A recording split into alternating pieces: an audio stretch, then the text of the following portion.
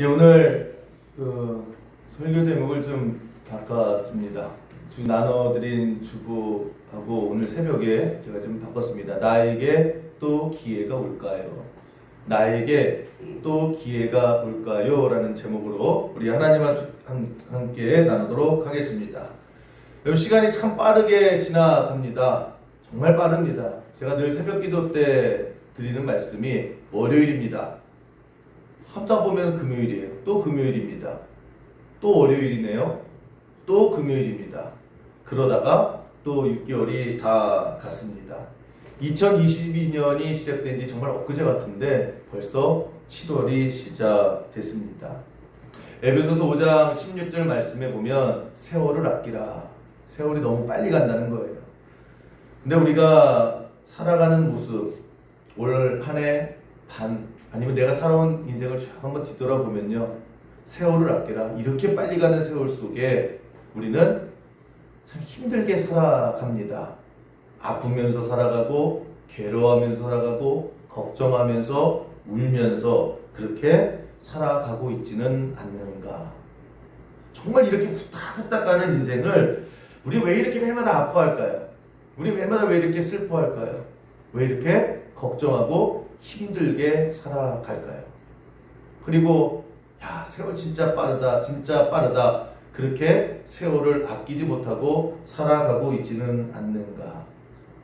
어제도 참 힘들었던 분들도 계실 거예요.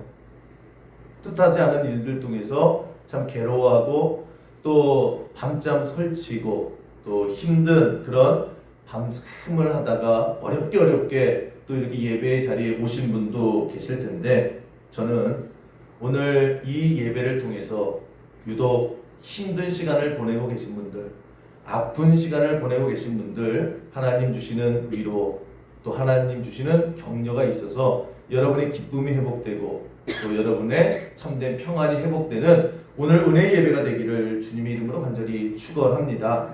오늘 맥주감사주일입니다. 짧게는 올 전반기, 길게는 한번 내 인생을 뒤돌아보는 거예요. 인생의 전환점을 도는 이쯤에서 한번 뒤돌아보면 올 한 해만 뒤돌아보고요, 어제만 뒤돌아봐도요, 참 사는 게 만만치가 않죠. 늘 걱정이 있고 염려가 있고 힘들고 짜증나고 왜 이렇게 어려움이 많았는지, 왜 이렇게 힘든 게 끝도 없는지, 이 힘든 거 어려운 이 고리를 끊어야 되는데 자꾸만 계속해서 덧붙여지고 때로는 막 도망치고 싶은 상황도 있잖아요. 내가 어떻게 할 수가 없어서 그냥 다 버리고 도망가고 싶은 그런 상황 속에서 우리가 하루하루를 살았다는 거예요. 어제까지. 근데 오늘 이 아침에 우리가 생각하는 것은 죽을 것 같았거든요. 힘들 것 같았고 길이 없는 것 같았고, 그런데 그래도 하나님께서 오늘 우리를 여기까지 인도해 주셨다는 거예요. 여기까지 함께해 주셨다는 거예요. 그때 끝나는 줄 알았다. 어제 내 인생이 다 무너지는 줄 알았지만, 그러나 하나님께서 붙들어 주시고요, 하나님께서 때로는 격려해 주시고 때로는 도와주시고, 오늘 우리가 여기까지 왔을 때 그 은혜를 기억하는 거예요. 그 은혜를 감사하는 거예요. 그러면서 더 하나님 오늘 이 새벽에, 또 이 아침에, 또 오늘 저녁에 계속 이어져서 하나님이 주시는 위로가 있고, 하나님이 주시는 격려가 있고, 하나님이 주시는 자신감으로 회복되는 오늘 예배가 되기를 주님의 이름으로 간절히 축원합니다. 오늘 시편 50편 23절에 보면, 제가 다시 한번 읽어보겠습니다. 감사로 제사를 드리는 자가 나를 영화롭게 하나니 그의 행위를 옳게 하는 자에게 내가 하나님의 구원을 보이리라. 두 가지를 말씀하고 있어요. 첫 번째 뭐냐? 감사에 대해서 두 가지를 말씀하고 있는데, 첫 번째, 우리가 감사하면 하나님께서 그것을 기뻐하신다는 것입니다. 또 하나는 그 감사한 우리를 기뻐하시면서 하나님께서 구원의 선물을 주신다. 잘했다, 칭찬하시고 선물을 주신다. 그 얘기입니다. 그러므로 여러분 우리가 이 얘기가 무슨 얘기입니까? 감사라고 하는 것은 하나님도 좋아하시고 우리에게도 좋은 거예요. 그래서 감사는 무조건 좋은 것이다. 그러므로 감사는 무조건 해라. 무조건 해라.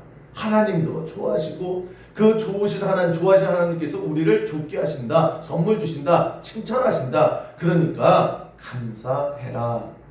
이렇게 우리에게 설명하고 있습니다. 그럼 오늘 맥주감사주의를 맞이해서 무엇을 감사할 것인가? 우리가 뭘 감사해야 될까요? 감사가 좋은 건 알겠어요. 감사해야 되는 것도 알겠어요. 근데 감사거리가 찾아보면 또 되게 많지 않습니까? 예를 들면 우리 주변에 김봉남 원사님 아까 말씀을 드렸는데 주방에서 하다 그냥 틱 넘어지셨대요. 그런데 척추 1번 뼈가 골절이 되셨습니다. 그것이 골절이 되면서 옆에 있는 가지, 그 잔가지 뼈 있죠? 이게 다 금이 가신 거예요. 지금 이제 회복 중이시고 이제 막 걸어 다니시고 그러시는데 병원에서 하는 얘기가 까딱 잘못됐다가는 평생 누워 계실 뻔했습니다. 그러더래요. 아차 싶은 거 아닙니까? 그 얼마나 다행이에요. 얼마나 감사한지 모르겠습니다. 우리 권윤택 권사님, 우리 권지현 선생님도 마찬가지입니다. 가만히 있는데 술 먹은 트럭이 와서 들이받은 거예요. 아찔하죠. 이게 조금 더 큰 트럭이었다라고 하면, 아니면 이게 이제 정면으로 받은 것 같은데 만약에 사람 있는 옆구리로 들여받았다라고 하면 생각만 해도 너무 아찔한 거예요. 이런 일들이 참 많이 있으면서 감사하죠. 정말 속된 말로 한 끗 차이라고 그러잖아요. 차를 옆으로만 들여받았어도 큰일 날 뻔했고, 넘어질 때에 이쪽으로 넘어졌으면 평생 누워있을 뻔한 그런 많은 일들 속에 우리가 감사할 게 너무나 많아요. 오늘 우리가 감사한다라고 할 때에 특별히 오늘은 기회라고 하는 주제를 가지고 우리가 하나님 말씀을 함께 나누고자 합니다. 기회 주시는 하나님. 하나님께서요, 계속 우리에게 기회를 주세요. 우리 잘 못하거든요. 우리 기대에, 하나님 기대에 못 미쳐요. 실수하고 넘어지고 실망시켜드리고. 그런데 또 기회를 주시고 또 기회를 주시고 계속해서 기회를 주시는 그 은혜를 감사하자라고 하는 것입니다. 여러분, 기회하면 저는 제일 먼저 떠오르는 인물이 말씀 준비하면서 베드로가 제일 먼저 떠오르더라고요. 베드로가 누굽니까? 예수님께서 각별히 아꼈던 수제자 아닙니까? 수제자예요. 더 마음 쓰고 더 예수님께서 더 신경 썼던 그 베드로인데 십자가 사건이 일어나면서 제일 먼저 도망가죠. 도망갈 때 그냥 조용히 도망가면 되죠. 요만한 아이가 계속해서 예수님 따라다니는 사람이죠? 예수 따라다니는 사람이죠? 물어봤더니 아니야, 몰라. 나중에 세 번째는요, 저주해버리잖아요. 그리고 나서 어떡합니까? 고향으로 돌아가요. 그리고 부질없네 그러면서 원래 하던 그 고기 잡으면서 살아가고 있지 않습니까? 그럴 때 예수님께서 부활하셔서 직접 베드로를 찾아가시죠. 우리가 잘 아는 거 있잖아요. 베드로야, 베드로야, 네가 나를 사랑하느냐? 네가 나를 사랑하느냐? 네가 나를 사랑하느냐? 근데 제가 말씀을 가만히, 저는 이렇게 제가 대역 배우잖아요. 내가 예수님이 됐다라고 하면, 여러분, 제가 만약에 예수님이면 저의 성정상 베드로를 딱 보자마자 어떻게 했을까요? 왜 이렇게 웃으세요? 그죠? 주먹 쥐는 게 맞죠? 제가 너 일로 와 이 새끼야. 그러면서 야, 네가 사람이냐? 다른 놈도 아니고 너가, 야, 그 꼬마한테 나 욕하니까 좋던? 얘라이. 제가 그럴 것 같아요? 대답이 그럴 것 같아요? 네? 나 한번 배신해 봐. 전 진짜 그럴 것 같아요. 왜냐면 딴 사람도 아니고 베드로잖아요. 야, 네가 어떻게 나한테 이래? 라고 하면서 한번 좀 할 말은 하고, 그 다음에 네가 나를 그래도 사랑하느냐? 이렇게 가는 게 제 버전이라고 하면, 예수님은요, 가서 베드로야, 베드로야, 네가 나를 사랑하느냐? 베드로야, 네가 나를 사랑하느냐? 베드로야, 네가 나 사랑하느냐? 요한복음 21장 17절. 세 번째, 이르시되 요한의 아들 시몬아, 내가 나를 사랑하느냐 하시니, 주께서 세 번째 내가 나를 사랑하느냐 하심으로 베드로가 근심하여 이르되, 주님, 모든 것을 아시오매 내가 주님을 사랑하는 줄 주님께서 아시나이다. 예수께서 이르시되 내 양을 먹이라. 무슨 얘기예요? 길지만, 베드로야, 너 나 사랑하지? 대답 못해요. 왜? 부끄러우니까. 자기의 행동이 떠오르니까. 베드로야, 너 나 사랑하잖아. 대답 못해요. 또 예수님께서 말씀하시죠. 베드로야, 너 나 사랑하는 거 맞잖아. 라고 했을 때 베드로가, 주님 아시잖아요. 주님 아시잖아요. 그랬을 때에 예수님의 마지막 말씀은, 나 알아. 너 알아. 그래서 계속 내 양을 먹이라. 무슨 얘기예요? 베드로 실패했죠. 베드로 배신했죠. 베드로 도망갔죠. 너 일로 와. 네가 어떻게 그래? 그리고 정죄하신 것이 아니라, 이해해. 너 무서웠지? 너 힘들었지? 너 그러고 나서 지금 사는 게 아니지? 그리고 너 여전히 네 마음속에 나 사랑하지? 나 이해해. 위로하시고요. 격려하시고. 괜찮대요. 그리고 나서 중요한 거, 그리고 다시 기회를 베드로에게 주시더라는 거예요. 여러분, 이 은혜가 우리에게 있다라고 하는 것입니다. 여러분, 우리 이 은혜를 받고 살아가잖아요. 우리 얼마나 베드로 같습니까?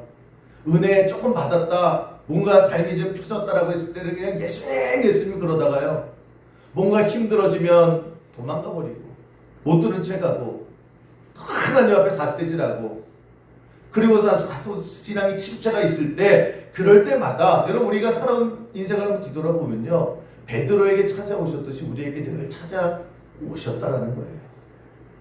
괜찮아. 격려하시고, 야, 사람이 다 그래. 내가 그랬잖아. 의인이 없나니 하나도 없다고. 인생이 다 그래. 라고 하면서, 여러분, 우리가 살아온 인생을 한번 보면요, 내가 다시 한번 일어나야지 라고 해서 불뚝 일어난 게 아니라요, 예수님께서 이렇게 세워주셨잖아요. 그리고 예수님께서 또 기회 주시고, 또 넘어지면 또 괜찮다 그러고, 또 예수님 실망시키면 그래도 예수님 우리를 버리지 아니하시고 지금까지 우리가 여기까지 왔다라는 것입니다.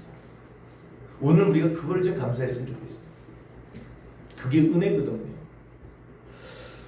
어떤 파트타임 교회 전도사님이 계셨대요. 이분은 아직까지 이제 목회를 배우는 입장이고, 설교를 아직 하나도 해보지 못한 파트타임 전도사예요. 근데 갑자기 담임 목사님이 이제 급하게 어디를 가게 되셔서, 딴 때 같으면 이제 외부 강사를 이제 미리 초청했을 텐데, 이러지도 못하고 저러지도 못해서 이제 목사님이 전도사님을 불렀대요. 내가 이렇게 해서 갑자기 주일날 급하게 가게 됐으니까, 아무개 전도사가 요번에 주일날 말씀 좀 전해. 이 전도사가 그다음부터 다리에 힘이 쭉 빠지더래요. 설교 한 번도 해본 사람이 아니에요. 그냥 차량 운행하고 아이들 율동할 때 기타 쳐주고 이런 것만 해봤지, 아직 목회자로서 시작을 안 했는데 설교를, 그것도 좀 규모가 있는 교회에 주일 예배를 설교하라고 하니까 이게 잠을 못 자는 거예요. 어떻게 해야 될까 고민하다가 마침 옆 동네에 부흥회를 한다는 거예요. 근데 굉장히 유명한 목사님 모셔서 부흥회를 하는데 사람들이 다 뒤집어진다는 소리를 들었습니다. 설교가 너무 좋으시다는 거예요. 그래서 이 전도사님이 야 그래 내가 좀 보고 벤치마킹 좀 해야 되겠다. 어떻게 하는지 좀 보고 좀 내가 배워서 와서 주일날 설교해야 되겠다. 그리고 이제 그 저녁에 부흥회를 갔답니다. 사람이 바글바글 하더래요. 은혜 사모하는 눈빛이 장난이 아니더래요. 그래서 이제 중간 정도에 앉아서 도대체 어떻게 설교하나 이렇게 이제 메모하면서 지켜본 거예요. 그 감사 목사님이 딱 강백산에 서자마자 첫 마디가 뭐냐면 뚱딴지 같은 소리를 하더라는 거예요. 저게 뭐지? 무슨 얘기를 했냐면 여러분 내가 부흥강사처럼 이렇게 목소리를 하잖아요. 옛날에 부흥강사 목소리 다 여러분 막 이렇게 하시던데 하나는 일부 사람들이 훨씬 좋아요. 일부 사람들은 뭐 아멘 그렇게 해주던데. 하여튼 여러분 제가 이제 흉내 안 낼게요.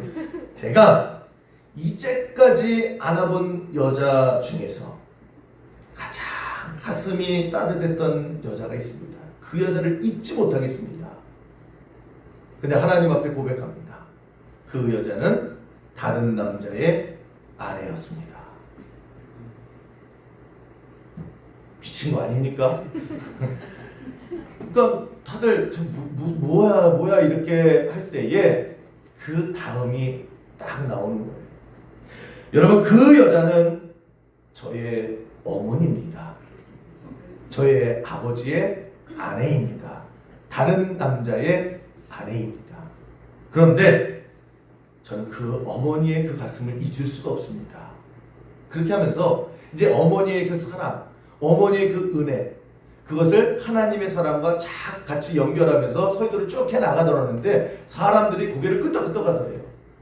아, 하나님의 사랑이 어머니와 같은 거구나. 그래서 그냥 아멘 하면서 뭐 하더래요. 이 설교를 듣던 이 초보 전도사님이 이거구나. 이거야 이거. 야 사람들 반응 장난 아니다 라고 하면서요. 다 썼어요. 그리고 이제 다음날 주일날 설교 올라갈 때 나 이거 써먹어야지. 야 사람들 반응 장난 아니야. 야 내가 설교의 첫 설교가 대박치겠다. 왜요? 사람들이 그렇게 반응하는 걸 아니까. 그래서 연습 열심히 했대요. 근데 떨리잖아요. 여러분 이 강대상 올라오면 굉장히 떨립니다. 믿어주세요. 좀 떨려요. 그래서 그 떨리는 마음에 그래도 하나님 담대함과 강함 주십시오. 그리고 딱 올라가서 했대요. 여러분 저는 하나님의 부름받아서 첫 설교를 지금 이 시간에 합니다. 설교하기 전에 저는 하나님 앞에 고백할 게 있습니다. 아니 똑같이나 따라하지 거기다 막 살을 붙이고. 그래서 하나님 앞에 고백하기는 제가 이제까지 안아본 여자 중에서 가장 가슴이 뜨거웠던 여자는 다른 남자의 아내였습니다. 내가 이것부터 고백합니다. 그런데 반응이 다르다는 거예요. 이 전도사님이 있는 이 교회는 100년이 넘은 전통적인 보수교단의 완전히 그런 교회였다는 거예요. 그냥 다 연세 드신 권사님, 원로 장로님 막 쫙 앉아 있고 그분들 앞에서 글을 부린 거예요. 그랬더니 처음에는 막 얼굴이 울그락불그락 하더니 헛기침하더니 또 그 못 참는 사람들 있잖아요.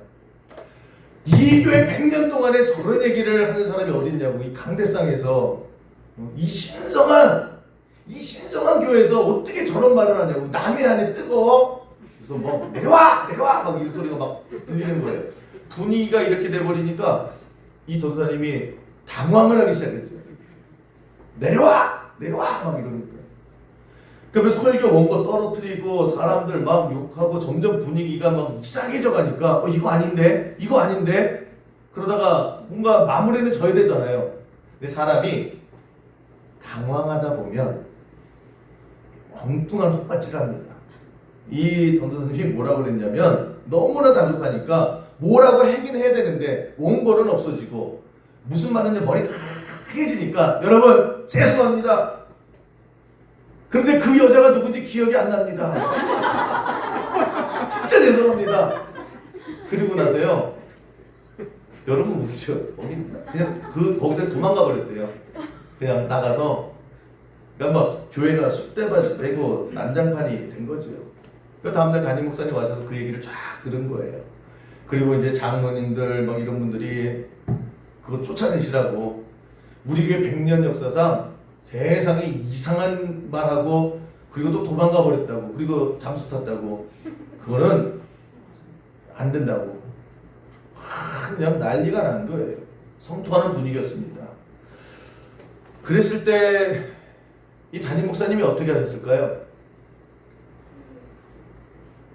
이 담임 목사님이 어떻게 하셨을까요? 다시 또 제 얘기예요? 저 같으면 어떻게 했을까요? 저 같으면 그랬겠죠. 그래서 제가 살아온 그 흔적들이 있으니까 이 목사님이 전도사님 편 들어주시더래요. 나도 그랬다고. 그 처음이니까 아무것도 모르고 얼마나 당황했겠냐고. 근데 한번 권사님도 생각해 보시라고. 그 전도사가 잘 하려고 하다가 정말 잘 하려고 하다가 실수한 거 아니냐고. 해보겠다고 했는데 그게 지금 잘못된 거 아니냐고. 처음부터 잘한 사람 어딨냐고. 다 실수하면서 이렇게 오는 거지. 나도 얼마나 미숙했냐고. 얼마나 엉터리였냐고. 그러면서 기회도 줍시다. 그렇게 설득을 하고 그리고 그 전사님 다시 복귀를 하고 훌륭한 그런 목사님이 되셨다는 그런 스토리의 얘기입니다. 저는 우리 하나님이 우리에게 그러시는 것 같아요. 우리 하나님 우리에게. 그리고 우리는 매마다 그 은혜, 그 사랑, 그 감격을 가지고 살아갑니다. 여러분 우리 살아가는 거 보세요. 후딱하면 실수하죠. 아니 어떻게 한 번 했던 시에 두 번 해도 돼요. 세 번까지는 돼요. 그런데 우리가 살아온 인생을 보면요. 매일마다 넘어져요. 매일마다 안 그런다고 그러고서 또 그러고 또 넘어지고 또 후회하고 깨지고. 근데 하나님 우리를요. 한 번도 쓸데없는 인간아. 너 이거 어디다 쓸까 내가. 그렇게 말하지 않으시더라고요. 저만 봐도 그래요. 제가 목회하면서 얼마나 많은 실수를 했습니까? 근데 그때마다 뒤돌아보니까요. 하나님께서 위로해 주셨고요. 하나님께서 때로는 사람을 통해서 격려해 주셨고 또 기회를 주시고 또 기회를 주시고 또 기회를 주시고 오늘 여기까지 우리가 오게 되더라는 거예요. 여러분 인간이 다 그렇지 않습니까? 실수하잖아요. 잘한다고 했는데 실패하고 능력이 안 돼서 넘어지고 실수 안 하는 사람이 없어요. 인생 가운데에 실패가 훨씬 더 많죠. 막 머리 쥐어뜯고 싶죠. 내가 왜 그랬을까? 내가 처음부터 그렇게 하지만 않았어야 되는데. 그리고 똑같은 일을 또 반복하면서 그렇게 살아가요. 그게 인간이에요. 다 그래요. 그런데 만약에 그런 우리를 향해서 하나님께서 넌 진짜 안 되겠다. 너는 싹수가 노래. 너는 교정이 안 돼. 그렇게 하나님께서 매몰차게 하셨다면 여러분 제가 오늘 이 자리에 여기 설 수 있었을까? 여러분이 이 자리에 앉아서 오늘도 예배 드릴 수 있었을까? 아무도 없었을 거예요. 저는 오늘 맥주 감사절에 많은 의의 감사거리가 있어요. 그러나 오늘 2022년을 지나면서 나에게 기회 주시는 하나님. 왜 그런지 모르겠는데 계속 기회를 주세요. 너 이제 끝이야 이게 아니라 계속 기회를 주세요. 계속 기회를 지금까지 주시고요. 앞으로도 주세요. 그 은혜를 기억하고 감사할 줄 아는 이 하루가 되기를 주님의 이름으로 간절히 축원합니다. 그래서요. 저는 우리가 어떻게 살아가야 될까? 삶의 패턴이요. 우리도 좀 기회를 주면서 살았으면 좋겠어요. 우리 매일마다 사람들 야 쟤는 안 돼 그러잖아요. 예를 들어서 어떤 사람들이 한 100명 정도가 시험을 봤습니다. 근데 이 100명이 커트라인이 있는 거예요. 합격, 불합격. 그래서 60점 이상이면 합격, 60점이 안 되면 불합격. 정확하잖아요. 그렇게 딱 나눠버리면 끝나버립니다. 그런데 그 100명의 사람들을 미션이 주어진 거예요. 모두 60점 이상으로 만들어야 된다라고 한다라고 하면 이 100명의 사람들이 다 다르잖아요. 100점 맞은 사람도 있는 반면에 아니면 10점 맞은 사람도 있고 20점 맞은 사람도 있을 거 아니에요. 다 달라요. 그 수준에 따른 100명을 가지고 다 60점 이상으로 끌어올린다라고 했을 때 여러분 이게 한 달이면 될까요? 안 될 거예요. 1년이면 될까요? 그 100명 가운데 1년에도 안 되는 사람이 있을 거예요. 3년 하면 될까요? 3년에도 안 되는 사람이 나올 수도 있는 거예요. 그럴 때 교회는 뭘 해야 되느냐? 교회 안에서 하나님의 사랑으로 여기까지 살아온 우리는 뭘 해야 되느냐? 지금 당장 20점이에요. 1년이 지났는데 25점이에요. 쟤는 좀 나의 30점이라 할지라도 주님이 원하시는 수준 여기까지 올리자라고 했을 때에 그때에 기회를 주고요. 기다려주고 또 지켜주고 함께하는 것, 그것이 교회라고 하는 거예요. 그게 세상과 다르고 세상 사람과 다른 우리 하나님의 사랑을 받은 우리의 삶의 모습이라고 하는 것입니다. 예수님의 말씀이 뭐예요? 나는 20점인데요. 2년이 지나고 3년이 지나도 잘 안 돼요. 사람들은, 세상은 야, 쟤는 필요 없어. 쟤네도 안 돼. 버려. 쟤 버리는 카드야. 라고 했을 때에 그 버리는 카드가 우리 아닙니까? 예수님의 메시지, 내 인생을 두고 한번 보세요. 우리에게 주시는 메시지가 뭐예요? 20점이라도 괜찮아. 30점이라도 괜찮아. 어느 누구나 와도 돼. 어느 누구나 오라. 이것이 지금까지 우리가 살아온 예수님의 메시지 아니었냐는 거예요. 그렇잖아요. 우리가 20점짜리였는데 우리가 30점짜리였는데 어느 누구나 오라 그래서 어느 누구나가 내가 돼서 지금까지 하나님께 기회 주시고 또 기회 주시고 기다려 주시고 그랬을 때에 내가 되었을 때에 여러분 성도는 뭐냐? 교회는 뭐냐? 될 때까지 인내하며 기다릴 줄 아는 그런 모습이 있어야 되는 거예요. 특별히 교회라고 하는 것이 저 사람은요 못 따라와요. 저 사람은요 백날해도 안 변해요. 그게 내 하여다.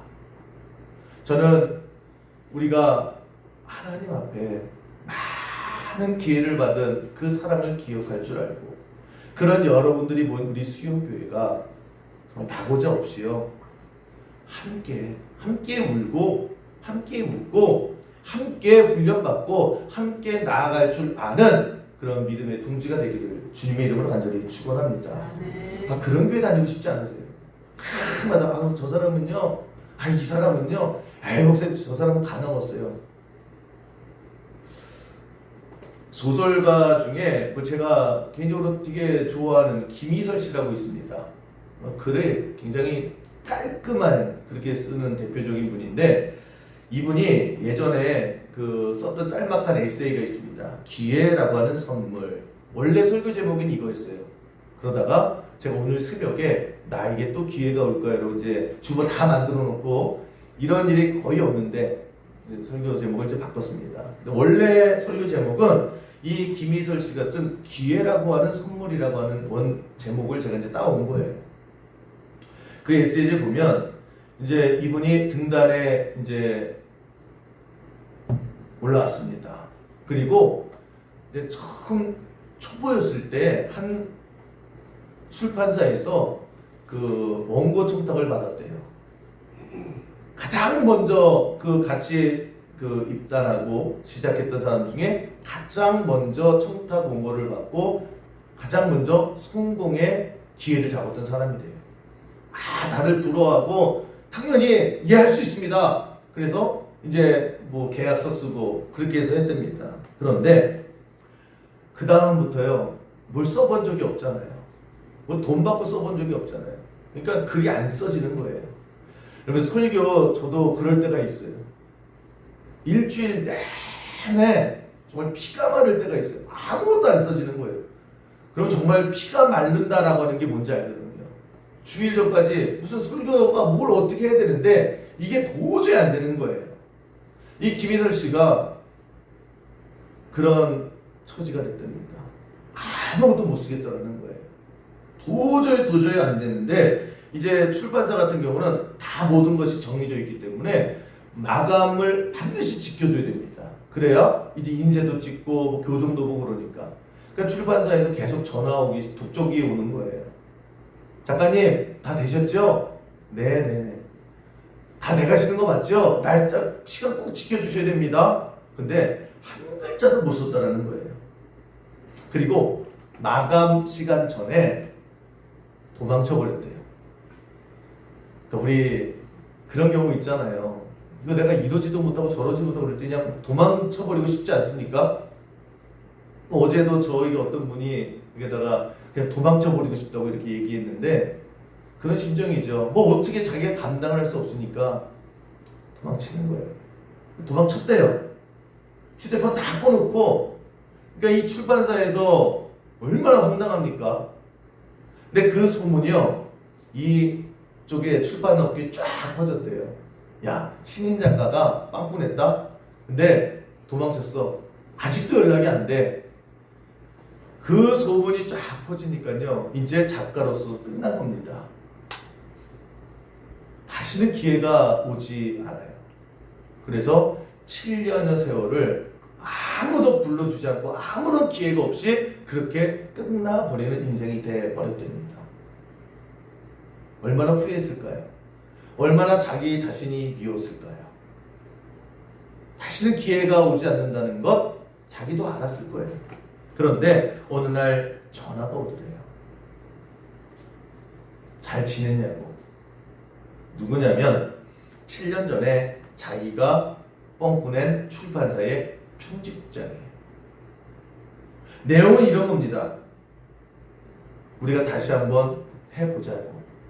내가 원고 청탁을 할 테니까 이제 도망가지 말고 이 기회 한번 붙들자고. 우리가 같이 해주겠다고. 내가 같이 하겠다고. 그렇게 해서 쓰게 된 소설이요, 그 문학과 지성사에 아무도 말하지 않는 것들이라고 하는 소설이에요. 이게 소위 말하는 대박이 난 거예요.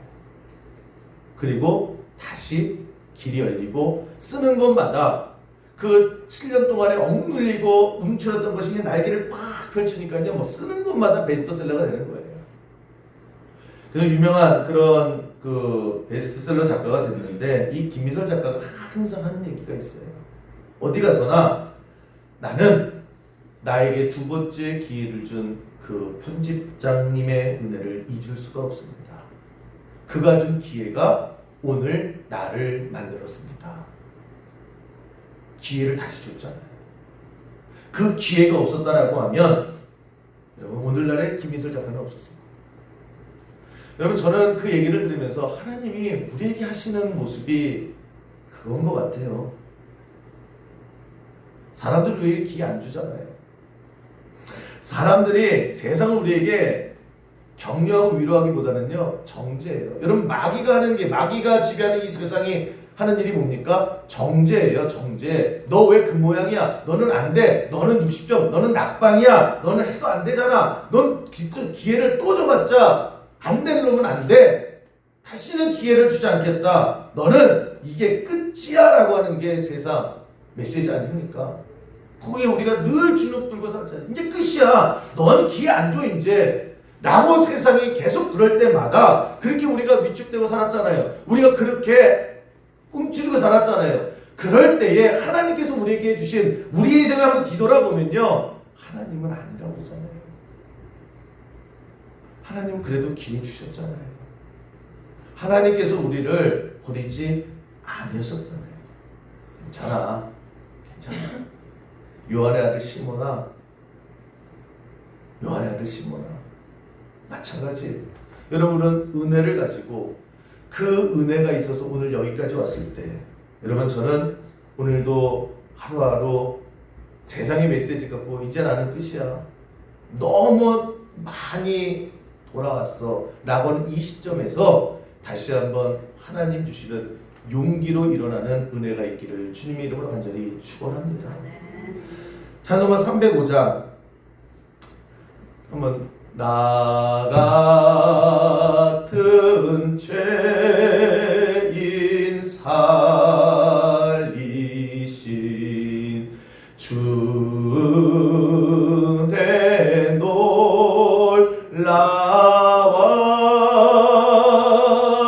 잃었던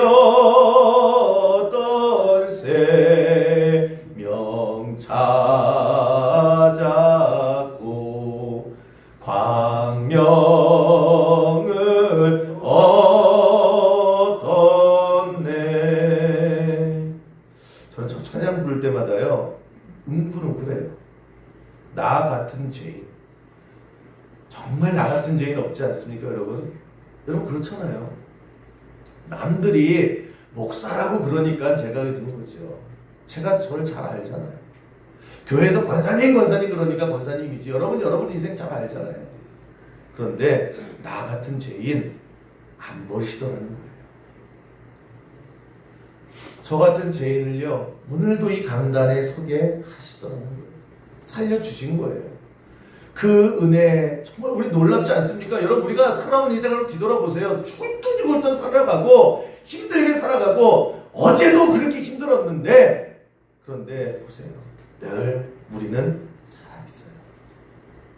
광명을 얻게 하신다라고 하는 것입니다. 그러므로 우리가 뭘 하고 살아가야 됩니까? 하나님 앞에 감사하자고요. 낙심하지 마시고요. 끝났다라고 마시고요. 하나님 알아보면서 다시 나아가는 은혜가 있기를 주님의 이름으로 간절히 축원합니다.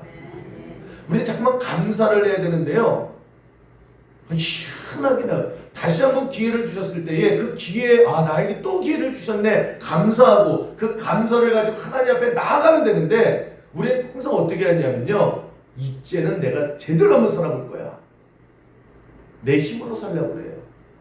그리고 또 넘어지죠. 여러분, 창세기 11장에 보면 원래 사람들이 대동단결 안 하거든요. 창세기도 쭉 보면 늘 서로 싸우고 반목하고 흩어지고 이건데, 성경에 유일하게 똘똘 뭉친 장면이 나옵니다. 그게 창세기 11장인데 바벨탑 사건이에요. 바벨탑 사건이 언제 일어났느냐? 노아의 홍수 이후에 일어났어요. 그 창세기 11장 3절 4절 보면, 제가 빨리 한번 읽어볼게요.